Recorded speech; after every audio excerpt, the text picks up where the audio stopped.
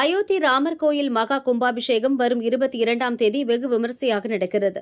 இதையொட்டி அயோத்தியில் இருந்து கொண்டுவரப்பட்ட அட்சதை, அழைப்பிதழ் மற்றும் தீர்த்தம் உள்ளிட்டவை நாடு முழுவதும் அனுப்பப்பட்டு பொதுமக்களுக்கு விநியோகிக்கும் பணி நடந்து வருகிறது. இதன் ஒரு பகுதியாக திருப்பூர் மாவட்டம் பல்லடம் அருகே வடுகபாளையம் பகுதியில் ராமர் கோயில் கலச தீர்த்தம் வைத்து சிறப்பு பூஜைகள் நடைபெற்றன.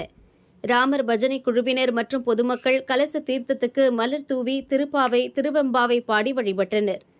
தொடர்ந்து கலச தீர்த்தம் துர்கை, மகா காளியம்மன் கோயிலுக்கு எடுத்து செல்லப்பட்டது.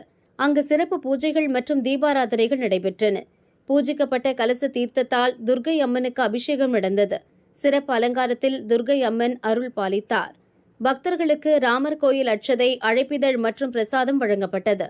திரளான பக்தர்கள் கலந்து கொண்டனர்.